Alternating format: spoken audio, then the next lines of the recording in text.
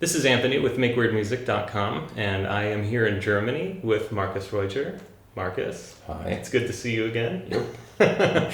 So, this is kind of different. This is the first time we're trying this, but we have a bunch of user-submitted questions, or listener-submitted questions. I'm from the software world, so I think of users. Anyway, so let's get started. The first question is from Cameron Pico, Australian guy, really cool dude. He says, I'm always fascinated with generative/algorithmic approaches to music and always eager to learn more about it. So maybe something on that or your classical compositional technique in general. Question mark.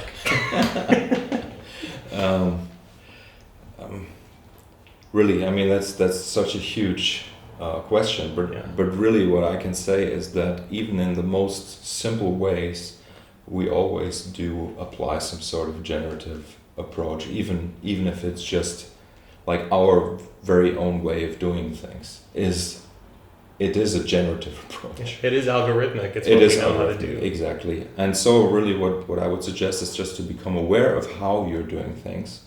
And as you become aware of how you're doing things, you can kind of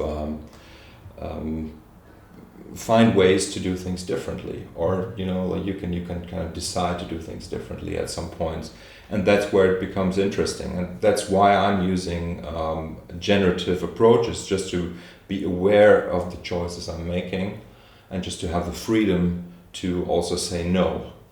And in a way, the funny thing is that I just had the thought that, like, when I first learned the Alexander technique, there's the idea of doing and non-doing, and in a way, I see some sort of relationship there between the Alexander technique and how I approach making music, because when I kind of become like more aware of what I'm doing naturally or not naturally, I have more choices to act differently. And differently doesn't mean necessarily that it's out of the reach of what I'm capable of doing as a human being, but it's just not what is suggesting itself to myself. So it's really a huge question when it comes down to like my very own techniques of making generative music. But the simple answer is that you can start looking at permutations of ideas. So, for example, if you're writing a song and you have a chorus that is using 4 chords, you can use the same 4 chords for the verse. Just you start with the second chord, and the first chord becomes the last chord, something like that. Like, it's these simple ideas which lead to new creative solutions.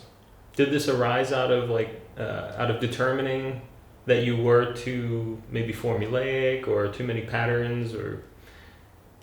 No, it wasn't like that at all, because I for some reason I already started out with this sense that I want to be inspired, not as something that just happens inside of me, but that I would want to kind of create a framework that I could some sort of rely on would help me having to find solutions. Like it's I don't think I've ever thought about music or life differently.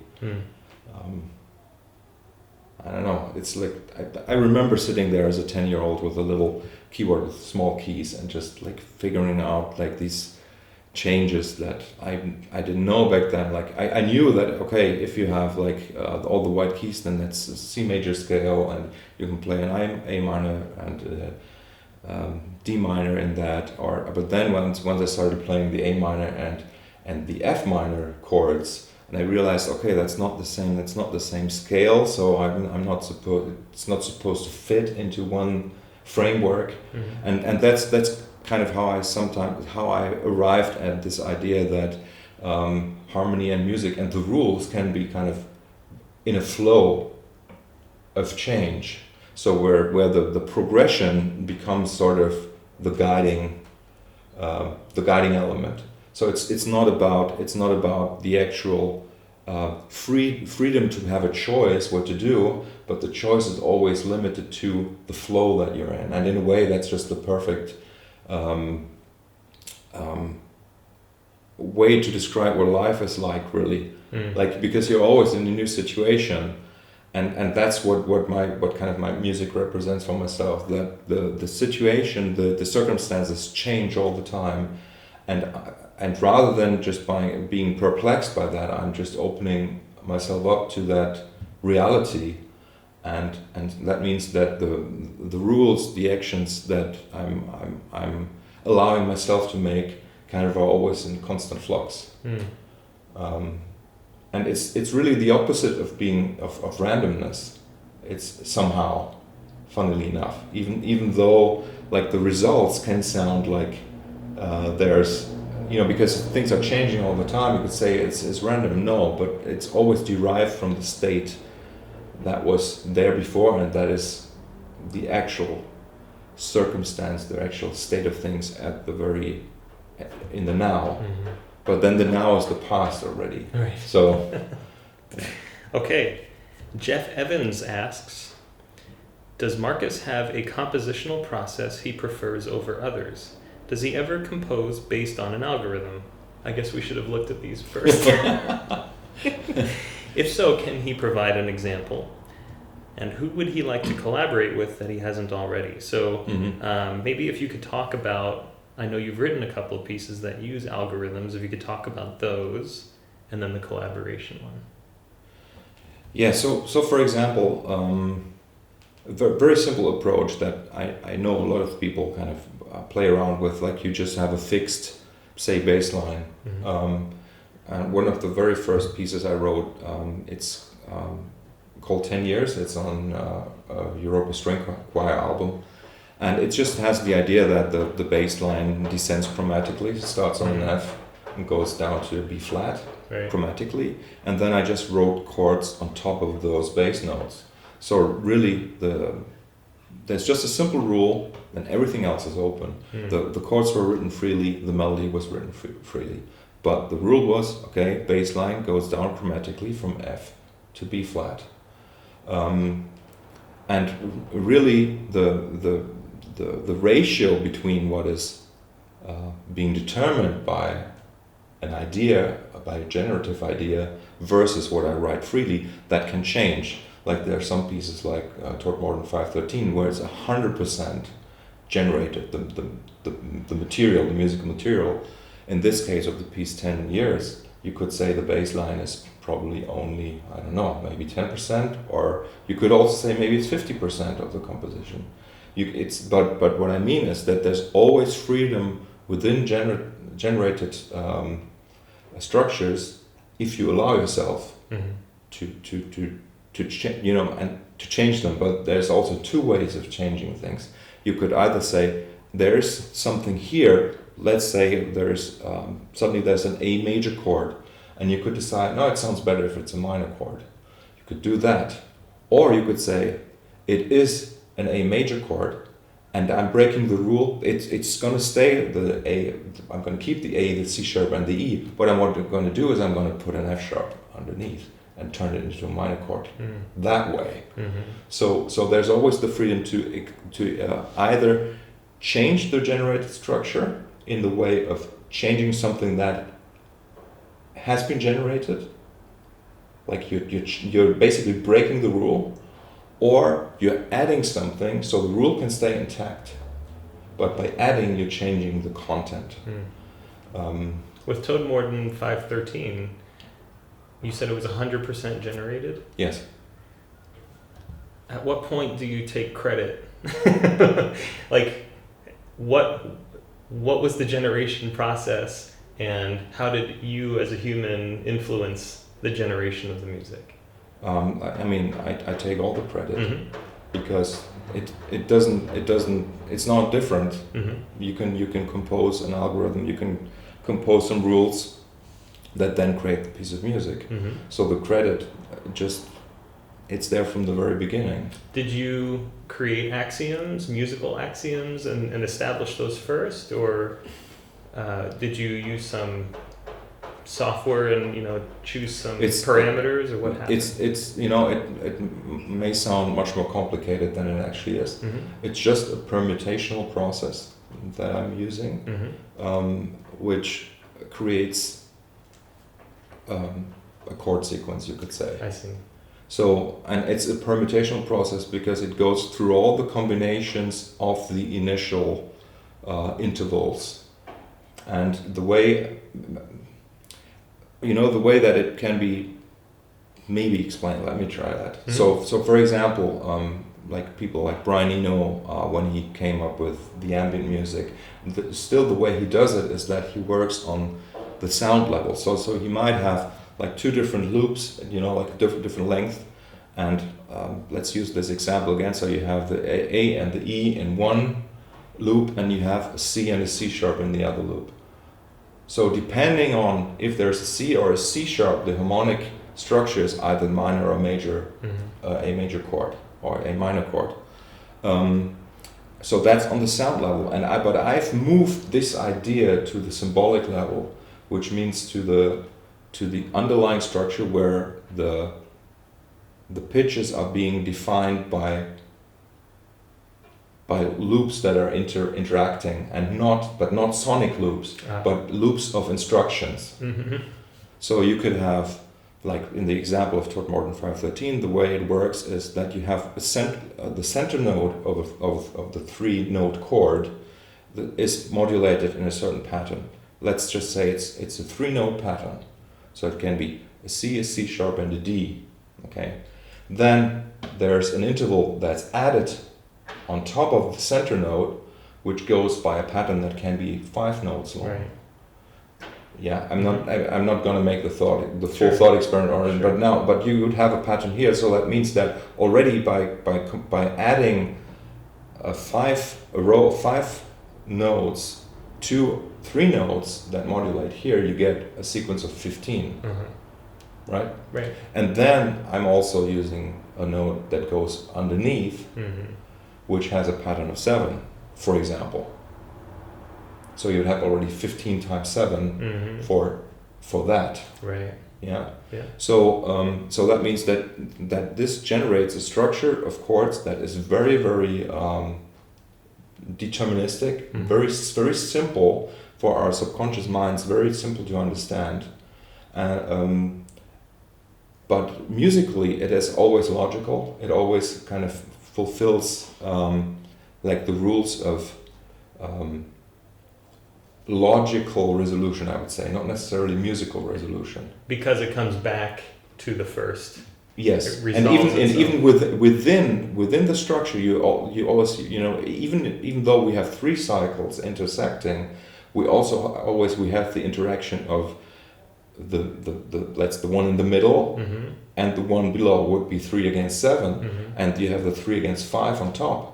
And even though the relationship moves with the modulation of the center node, you basically already have repeating patterns there. I see. Just more, So Mhm. so and the funny thing is that really I swear that I swear that I believe, let's say, that human beings will instantly recognize these rules and can kind of imply what the next chord would be, but it's not happening on the conscious level. Mm-hmm. So and so that's like the basic idea, but then you can use this and put it into feedback. So you could say, like from in a way, like from one trigger, which is a bang bang bang bang, we've generated this sequence of chords, but then we can take each note from that generated file, let's say, and apply the same process to each note again. Right. Which would then basically it kind of like it's almost like blooming this way, and you get these interesting chords like Todmorden 513. And then to get really like more into detail, then you could also say, okay, we have these chords here, but the chords, rather than just being chords, they can also become filters. So you could write melodies on top of that, which are then being filtered through the chords, right.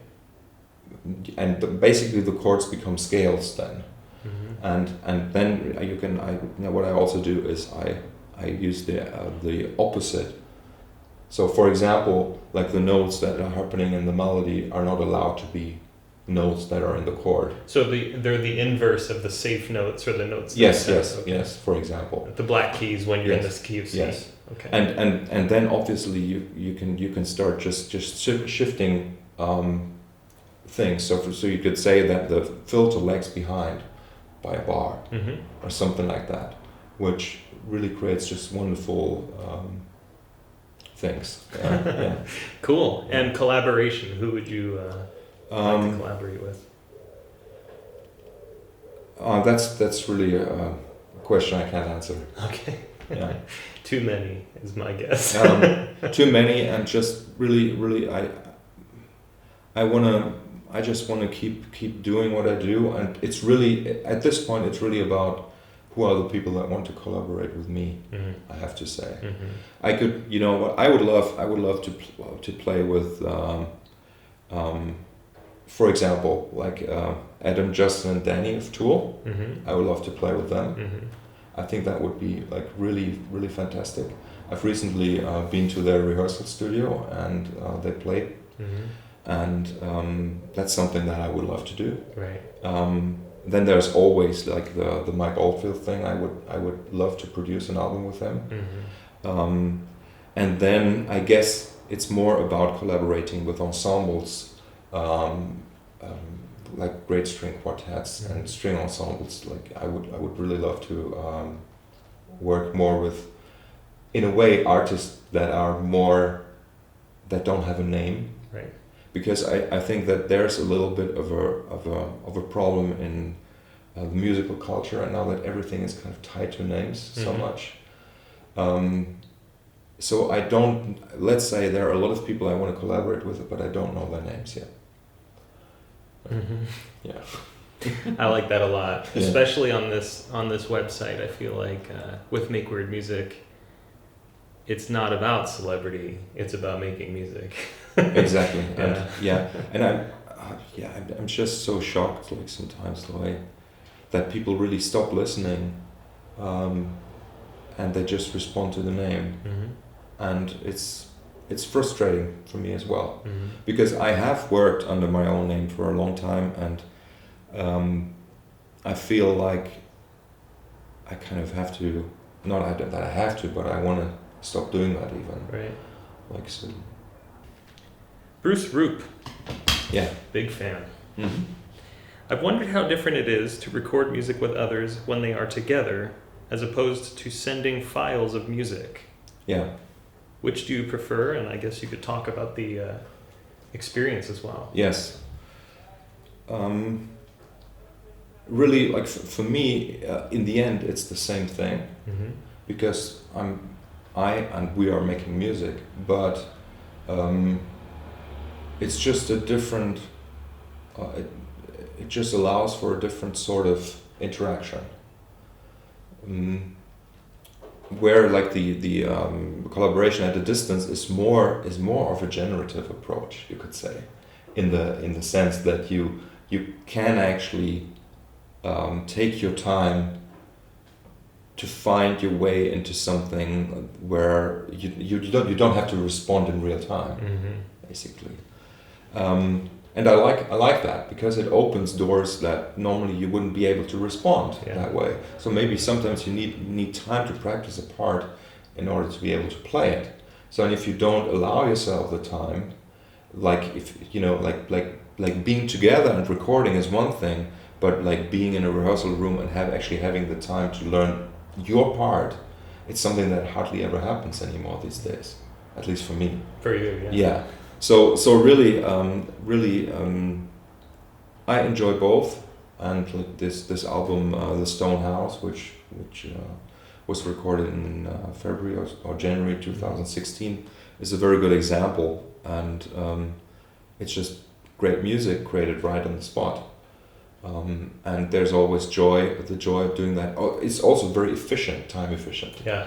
You know, so but you know, we've all grown into this. When I say we, I mean like Pat Mastelotto, for example. When we started out making music, he was inviting me over to his studio, and we were working there. And then we soon realized we can also do that, or some of that work at a distance. And that's how projects like Stickman can actually work and like create new exciting music, because it's very cheap to be working at home. Right. We don't have to pay for studios or flights. And it's been a blessing actually. Yeah. Excellent. I'm not going to read the boxers or briefs question. You just did. I know. Don't think of an elephant. Let's see. When can fans expect a collaborative album between yourself and Trey Gunn, from Sean Sutherland? Trey and I, we've been talking about that for a while, and I think I asked him again, like 2 years ago, if we should, just start doing it, and he said yes, let's do it, and but we haven't started yet. I don't know if you realize this, but a year ago you didn't know what would happen with Face, and then after our interview, Face came out. Yes. Yeah. So hopefully, this can be an instigator. Yes. And excellent. I mean, I like Trey a lot, and he's a very, very unique human being. Yeah. And I think it would be great.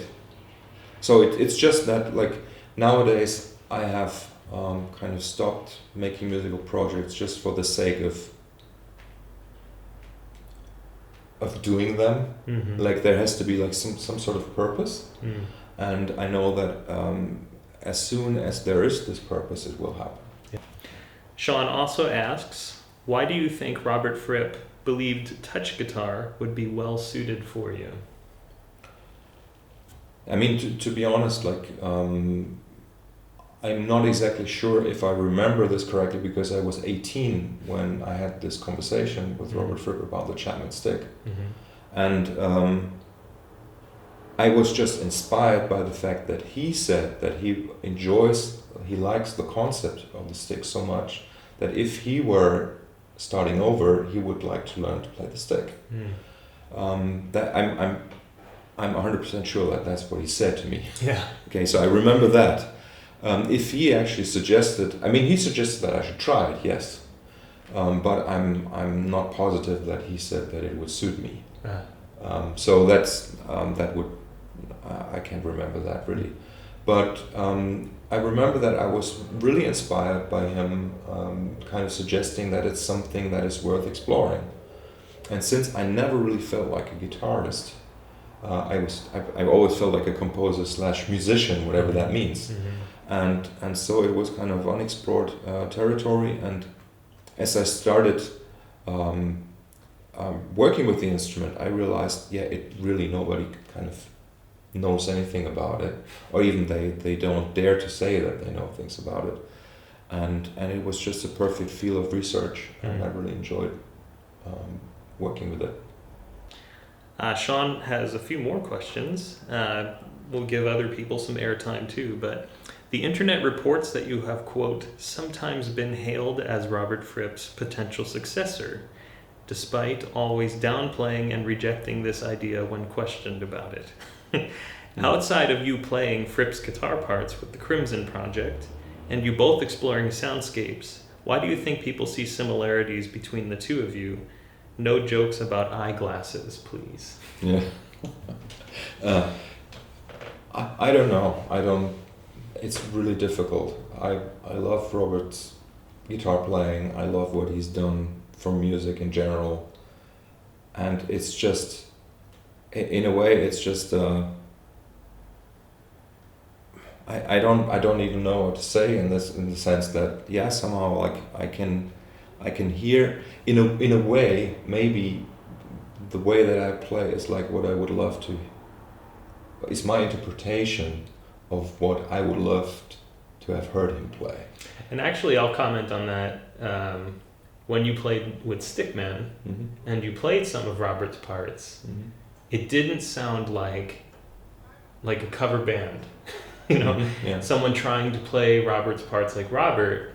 It was clear you were interpreting his parts as your own. They were musical parts, not Robert's parts. Yeah, maybe that's what it is, that I just know. I used to say that I know what music is. And that's just an assumption I'm making about myself, but it's a good starting point. You know, it's like and I kind of know what you mean. Like, when I listen to a lot of people trying to play King Crimson repertoire or Robert Fripp repertoire, even if they play the notes right, it doesn't sound right. And so I guess that there is something that he kind of passed on to me, even if it wasn't intentional. But I don't really know what that is, and it's kind of an awkward situation as well, as you can imagine, because for example, I don't really think I did a great job in playing his parts. First of all, I play them on a different instrument, and I'm not a great player. You know, I'm just a musician who uses an instrument to play music. So it was a big challenge to even try to get things right, and most of the time I didn't get them right. And somehow, in some cases, like, my personal limitations kind of made for something cool, because I had to find. I was bending the rules, let's say, because of just who I am, and that's a good thing. But I would never consider myself a successor in that way. I don't know. And just the fact, like, there's one of his guitar solos that I studied, which is I'm not exactly sure what the name of the track is. It's the re-release of the League of Gentlemen album, and I think it's God Save the Queen or something, that track, and it's a long drony track, and I don't remember, E minor or something, and he plays a free tonal solo on it, so he's using all 12 notes and playing melodies over this drone, basically. It's a rhythmic drone, but it's a drone, and I just studied how he does it, on which notes he stops, and like basically kind of learning the essence of his style of soloing in a way. It's all kind of represented in this one piece, and somehow by going so deep into that composition, I acquired just some knowledge about, like, the note choices, and so it's still in there when I play. But for example, I know of other players who sound more like Fripp in terms of the actual sound, but they're not capable of playing the right notes. You know, so yeah. You know. I mean, I'm not sure if that is a good answer or answers really Sean's question properly, but yeah. Let's see. A lot of good questions, but some repetitive. Yeah. This is interesting, from Liebeck Jacob. Is Markus interested in interactive music at all? That's music that alters with user input. Yes, I'm very much interested in that. And most of the compositional ideas I have are actually already based in that field. For example, I mean, in general, user input, without user input, there is no music. Okay, the listener is creating the music in the head. Just, you know. Yeah. And so, yeah, I mean, I don't know about these things well enough to really have the right words for it, but I know that there are engines for computer games that you can program to use rules. So, and I was always dreaming of this idea to have like a companion, a programmer who would be able to like work on intelligent music with me. And I'm sure that if somebody would explain to me the way that a software like that would work, that I could write really great music with it. And I've actually, as a child or like teenager, I was drawn to text adventure games on the computer. That was before there were graphic surfaces, so it was just text adventures, and it was actually fascinating, and like they were really atmospherically rich, and they're like choose your own adventure. You take a path from start to one of many finishes, right? Yes. Yeah, and you would have to solve like simple problems, but it had to be done in a certain sequence, and like the text that was describing the situations, the rooms you were in, it was very nice. It's almost like an interactive book, right? And so I also back then I already got into how are these being programmed, how does the software for this work. And already back then I was thinking it would be great to have something like that, and where like your input would actually change the music. So depending on if you're carrying a briefcase or not, the music would change. You going into into a meeting or not. And I find that it's just fascinating. I would like to work more in that. There's a programmer near here. He's in Linz, maybe, in Austria. Yeah. Named Jens Christian Fischer. Uh-huh. Do you know him? No. He's a fan of Make Weird Music, and he did a whole presentation on generative music with user input. I'll have to show it to you. Okay. But he built a website and allowed users on their phones or laptops to choose shapes and move the shapes around, and those shapes represented sound. Yeah.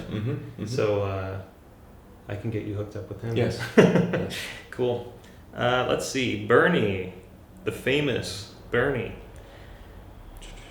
Since the first MWM interview, the two holy grails of your discography have finally been unveiled and released. Falling for Ascension and Face, albums I love too, have both been released, if not yet to commercial, at least to complete fan and critical acclaim.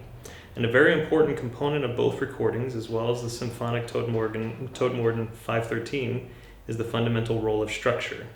Face is a fascinating exercise on structure, from the FACE sequence throughout to the freedom within a compactly constrained set. And the instruction for Sonar and Tobias, on FFA has the same characteristic. TM513 also evolves into specific intervals. Why do you have this seeming fascination with mathematical structure, with framework, and with relative constraints to inform your work as a composer? Where does it come from? Wow. Yeah.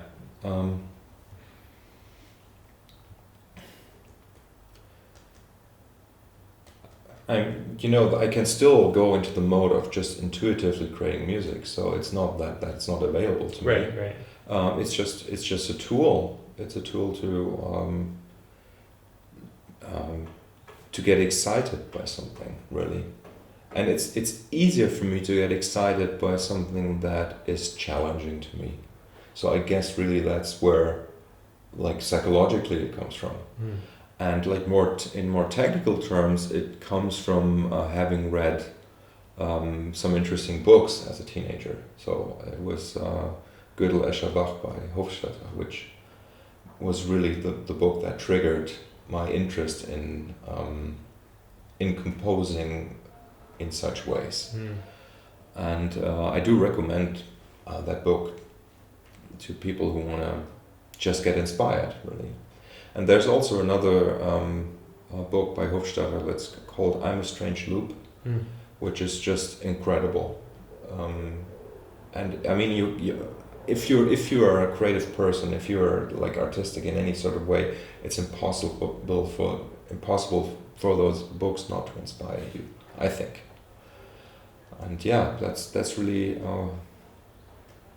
where it comes from, I guess. Another lengthy setup. In your, quote, unconstrained instant composition work, You also seem extremely capable of doing that sort of work to also great effect, as albums like Unleashed by Stickmen, Stonehouse by Wingfield Reuter Stavi Circus, Modus Novus with the Quartet for the End of Time, or your own solo soundscapes work, among many others, clearly show. And more traditional or less unorthodox rock composition techniques also abound in your work with Ian Body, Stickmen, and the first two albums by Tuner. Are all these different aspects of Markus Reuter the composer always present in you? How do you choose to go one route or the other? Which one makes you more comfortable, less comfortable? And by the comment on the first Make Weird Music interview, how does that internal feeling govern your final decision-making process? Wow. Bernie, well, he does have a PhD, so... Yeah. It seems like it's many questions in one. It is. But what is the core question? Like, how do I choose, right? Yeah, how do you choose? You have the tools available to you, as you mentioned in the last question.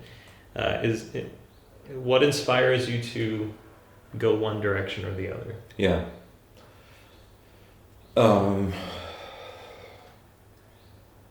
That is a really good question. I think it's really like I go kind of inside me and I try to figure out, am I bored? And really like in which part of the work or which part of the potential work does bore me? Mm-hmm. And then I attach something to that part that bores me, and then the decision is being made, and not necessarily by me alone, but also by my collaborator. Mm-hmm. So with the work that Ian Body and I are doing together, for example, it's very simple. Like that scene, that style of music that Ian is in, it is kind of boring in the sense that it has very clearly defined rules. And so what I'm interested in is then how can I bend the rules and still stay within the sound? Mm-hmm. And Ian enjoys like doing that with me as well. So we're kind of in a way we're keeping the same box, let's say, but we're looking at a higher resolution within what is possible there. Or what happens when you throw a Markus Reuter into into that set of constraints, right? Yeah. Because you're bringing who you are and how you operate to the music. Yes. And so,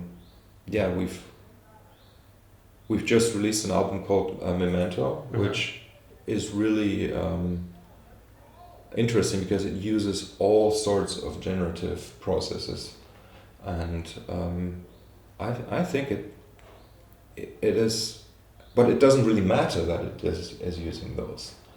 It's only if you start analyzing it, but you can just listen to it and you wouldn't really know why things maybe sound a little strange, or you're having a hard time figuring out where parts repeat, or I mean the answer is simple because they don't. Mm-hmm. But you know that just I just like this challenge to give people something new that still works. And yeah. One thing I find interesting about your listeners, and listeners of a lot of the bands that I try to feature on the site, they seem to want to understand the music.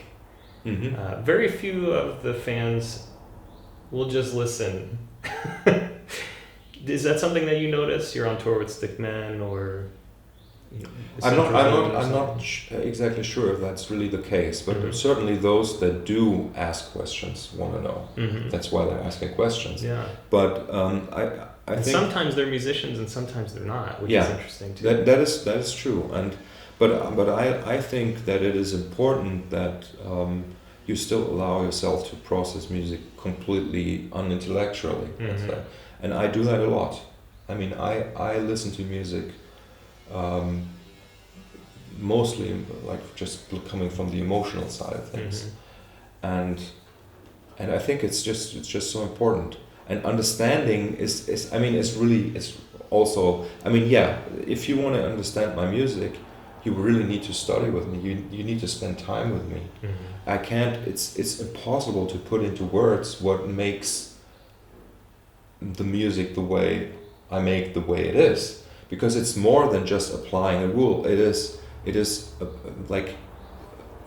more important to understand why and when at certain points rules get broken. You know what I mean? And you can only really learn that if you are, let's just say, breathing the same air as somebody. Yep. You know, and as far as I can tell, at least on the Stickman tours, there are a lot, but also on the Centrism tours, I can tell that people just are purely enjoying it, and they don't really need to understand. And as I said, it's also, I don't want to say it's impossible to understand, but it's just, you would have to have lived my life in order to understand. Right. So. Okay. Here's a non-musical question. Good. Yeah. Thank you, Sharon Rudolph. What do you do to stay healthy on the road? Like, what's your diet so you don't pick up anything out there? Yeah. I have to say I'm still very, very bad at that. Huh. Whenever I'm at home, I feel much better. I'm more healthy. Huh. I eat less. I eat better. On the road, it's just incredibly hard for me, I have to admit. And it's actually come to the point where I'm actually annoyed when I have to leave home, because I already know that I'm gonna get in a bad shape. And so really, I'm in a position where where I have both. I have the life away from home, and I have the life at home. Like people like Tony Levin or Pat Muscle, they tour so much, they can totally adjust for that one way of living, and it's easier than having to go back and forth. At least that's what I think right now. It really helps. Like being on the road, it really helps to be to allow yourself to get into the flow of being on the road.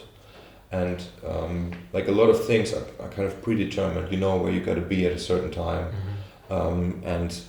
and things become kind of sort of samey every day. So it's a good thing. And also then there's the what I think happens is like a change in the hormonal system of my body, where like obviously there's probably more adrenaline or whatever. I don't know about these things, but I'm just saying there's clearly like a change that's happening to the body, which and also attached to that my mental processes, where things are kind of easy once you're on the road and you're just going with the flow. And in a way, it's a little bit like being in a trance, and it can be enjoyable, but just the hard part starts when I'm getting back home. And even though like after a few weeks back at home, I start feeling better again, but it's really deceptive. You never really know how well you're doing. Right. All right. I'm not sure that makes any sense. Like it's really. I think it does, just for me, having witnessed people on the road, touring, and having opened my home up to musicians on tour too. Yes. So let's see. There's actually only a few questions left. So.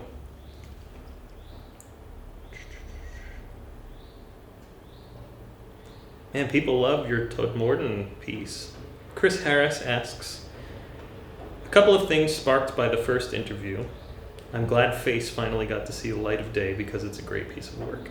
Okay, number one, you talked about how important patterns are to perceptions of music. The Crimson Project and Stickman push patterns beyond what constitutes, quote, normal for popular music, with pieces with parts and different time signatures that move apart and synchronize together again.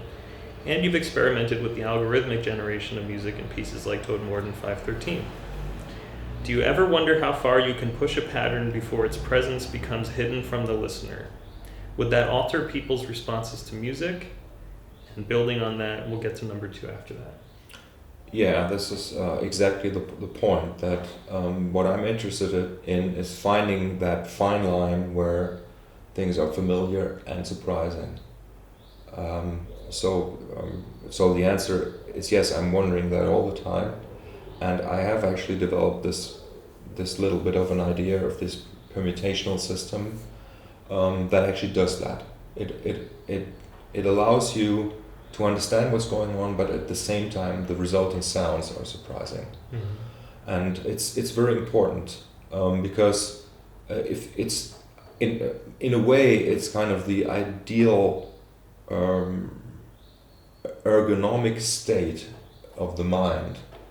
It's where both, let's say, the communication between the conscious and the subconscious is in where there's an equilibrium. Mm-hmm. Somehow, and yes, I'm looking forward to that. I'm wondering that all the time, and I think I am guilty of exploring, like let's say, not having the balance right sometimes. Mm-hmm. And I'm okay with that because it's part of my process and it's part of the process of discovery. And it's not that anybody's asking me to always be perfect. I mean, I am always perfect in the sense of that I do my best. Yeah. Yeah. But yeah, it's a good question. I do ask myself that question many times, and sometimes I just decide to have a bias for either side. Mm. It reminds me of the sitting practice from Guitar Craft. Mm-hmm. Because sometimes you sit down to focus on breathing and relaxation, and it's like, I don't want to do this, I don't want to do this. Then you're okay with doing it, and then you lose your attention again. Yes. But it's a simple pattern of breathing and relaxing. So musically, I think about that a lot. Like Steve Reich. Yeah. Sometimes I can listen to his stuff and I think, okay, this is too much. Too many loops, and then other times I think he could have gone on another 10 minutes. Yeah. So I think it depends on the listener too. Yeah, it does, and really I think a word that has become a little bit popular is mindfulness, mm-hmm. and in a way, it's kind of important for like my process of making music.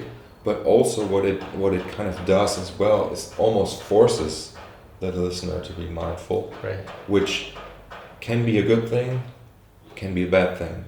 It might feel patronizing in a way, or people maybe don't want to get educated by listening, right. Which I totally understand why you wouldn't want to be educated. But like an album like Falling for Ascension, for example, is basically an ear training exercise. Yeah.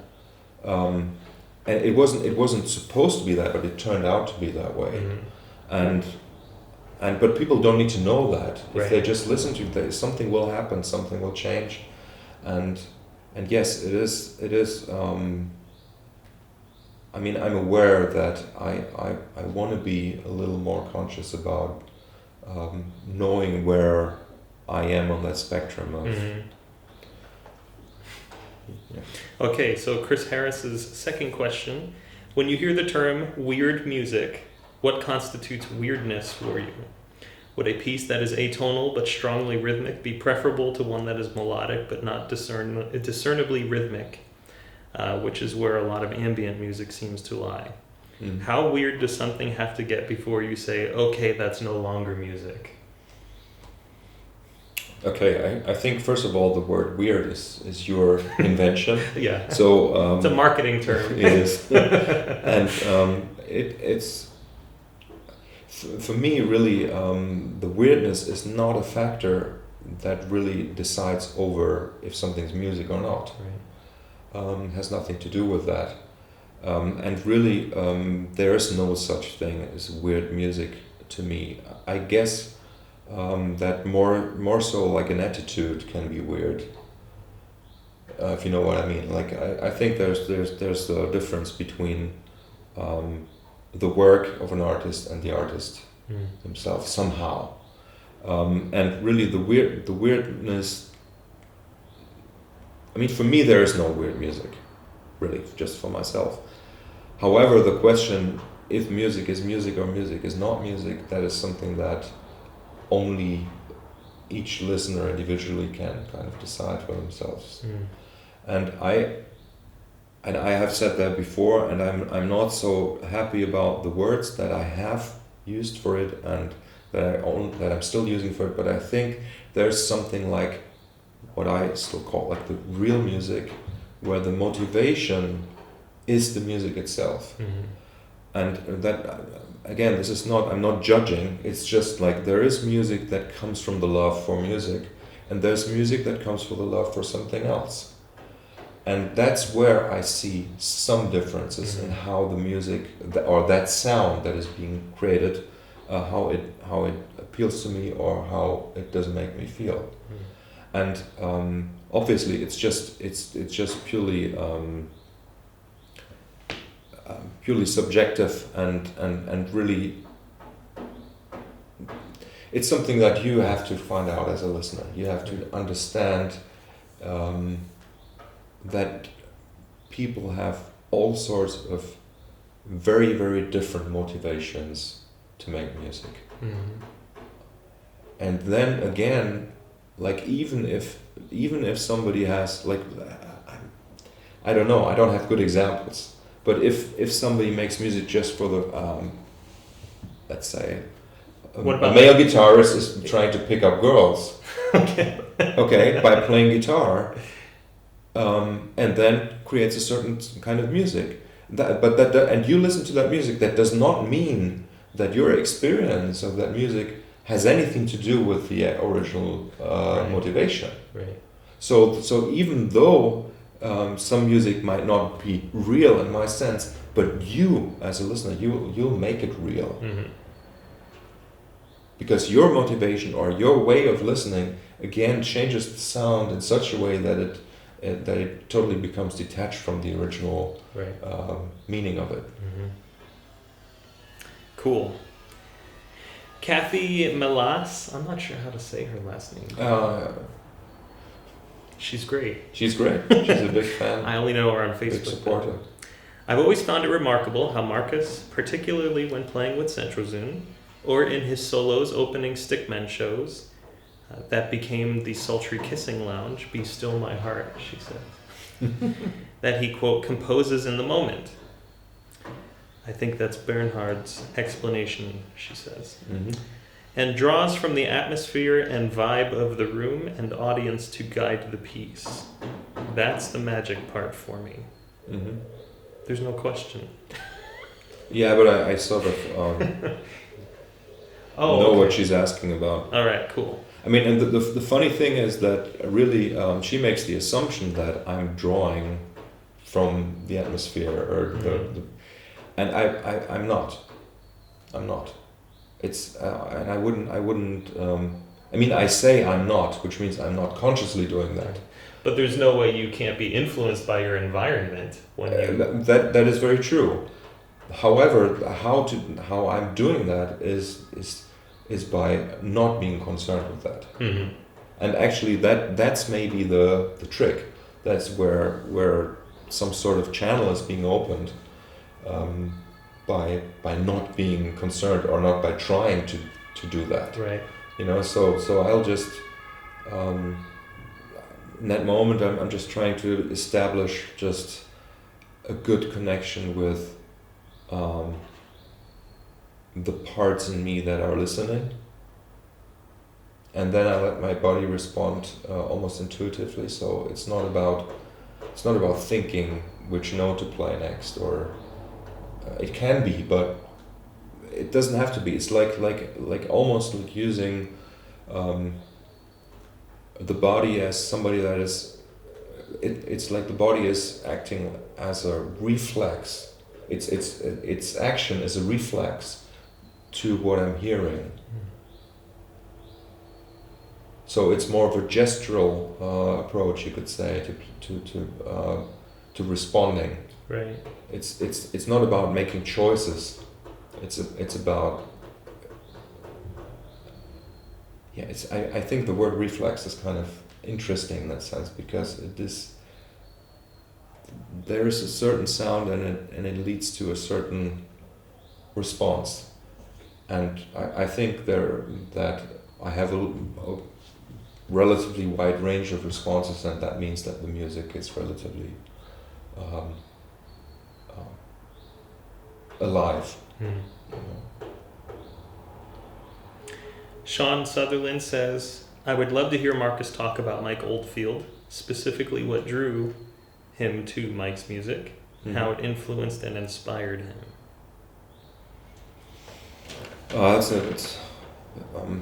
First of all, it was like the first music that I really fell in love with. And I think it's just incredibly rich music that is packaged in a way that is very interesting and very beautifully crafted and deceptive in several ways, and like chronologically, since I have followed Mike Oldfield's music for several decades, it's just interesting also from the point of how his music develops, like the biographical aspect of it, and I'm just learning a lot about music by being true to one artist and following his works. And I still have this. It's kind of music I can go back to in order to recharge my creative energy, even, or I can listen to the music and get goosebumps. I know that it is like highly likely when I listen to a certain piece of music that it actually gives me that sort of release of. It's almost like a drug to me. Right. And it's really difficult to not be a fanboy if you're a fanboy, Right. Yeah. But I really think that there's something really uniquely special to that music that I do not find in other music. It's probably just because of the way that he thinks about music, or just the way that he does it. And as I like structure, I like complicated structures, I like ideas like canons and stuff, and his work is just full of that kind of thing, and it still keeps inspiring me, and I wish what is special is that I think Mike's music or just the way that he comes up with melodies, is just so inherently folkloristic, and it's something that I never really had. Like growing up in Germany after the war. I mean, I'm second or third generation after the war, but still, it's really we didn't have folklore. We didn't have we weren't really singing songs at home or even in school. It was there was just too much attachment to the Third Reich there with the German folklore. Right. And so it somehow got kind of erased from the curriculums at school, I think. I mean, it could also just have been my school, I don't know.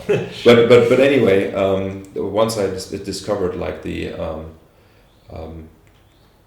let's say the Irish roots of Mike Oldfield's music, I think it's Irish.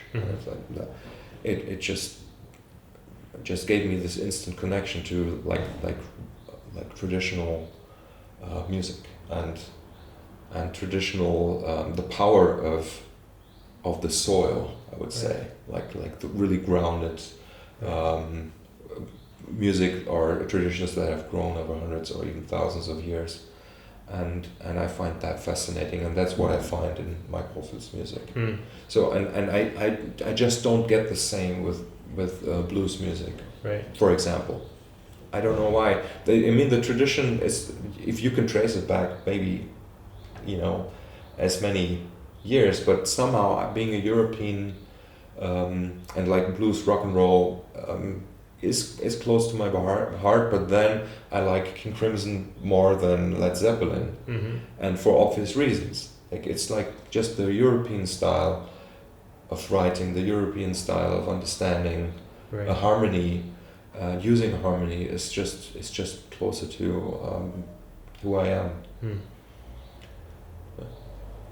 And obviously, Mike Oldfield being a prime example of like going through all the phases of the music business from the early 70s till Right. now. I find it just fascinating to see how the business has had an influence on the music, and how one artist dealt with that, and unsuccessfully and successfully, you could say. And it's fascinating for me, and I would really love to talk with him, and I don't think there's hardly any. There's some good material out there now of him like talking about things, but it would just be, he would be the kind of person that I would like to talk with about music. Hmm. And our last question from Bill Campbell. I'd be interested in hearing Markus speak about music after a concert, especially in relation to the music he had just played moments before, whether improvisation, solo, centrozune, etc. Yeah. Context. Mm-hmm.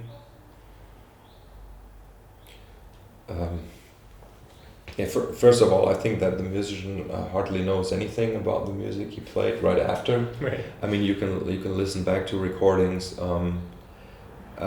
I think it's actually wonderful that if you have an audience, that there are people who basically are multiplying what you're doing in a way, Mm-hmm. and they're not multiplying it just as a pure.